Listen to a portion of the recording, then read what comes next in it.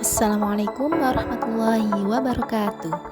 Kami dari kelompok 3 akan mempresentasikan hasil kelompok kami tentang refleksi modul 3 tentang etika dan keterbatasan kecerdasan artifisial.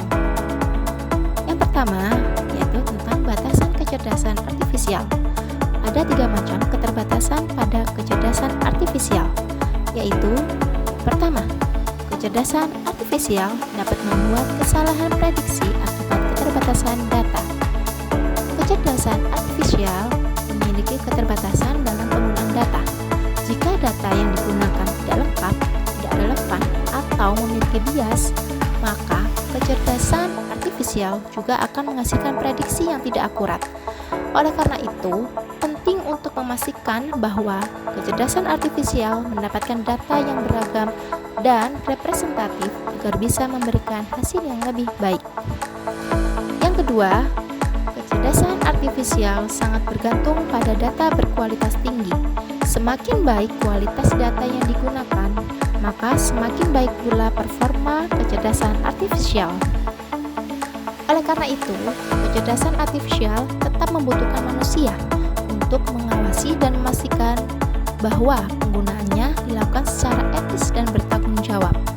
Dengan memahami keterbatasan ini, pengguna harus bisa lebih bijak dalam menggunakan kecerdasan artifisial dalam kehidupan sehari-hari.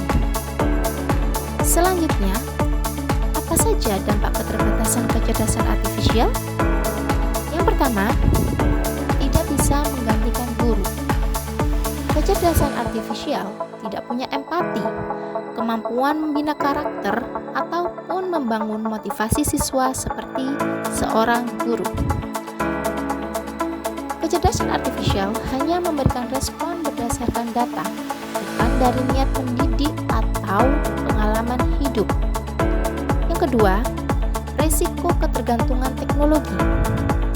Nah, siswa bisa jadi terlalu bergantung pada kecerdasan artifisial untuk menjawab soal ataupun menyelesaikan tugas tanpa benar-benar memahami materi. Dalam hal ini dapat menurunkan keterampilan berpikir kritis dan kreatif. Dan yang terakhir pembahasan kita yaitu tentang prinsip etika dalam kecerdasan artifisial. Prinsip etika penggunaan kecerdasan artifisial di sekolah sangat penting untuk memastikan teknologi ini mendukung proses pendidikan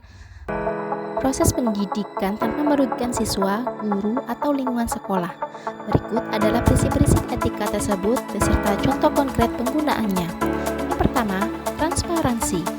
Prinsipnya, penggunaan kecerdasan artifisial harus dijelaskan dengan jelas kepada semua pihak, baik siswa, guru, dan orang tua. Contohnya, sekolah menggunakan sistem kecerdasan artifisial untuk mendeteksi plagiarisme dalam tugas siswa. Guru menjelaskan kepada siswa bagaimana sistem itu bekerja dan bagaimana hasilnya digunakan. Yang kedua, privasi dan perlindungan data. Prinsipnya, data pribadi siswa dan guru harus dilindungi dan hanya digunakan untuk tujuan pendidikan. Contohnya, kecerdasan artifisial dalam platform pembelajaran seperti Google Classroom hanya mengakses data yang dibutuhkan dan tidak membagikannya ke pihak ketiga tanpa izin.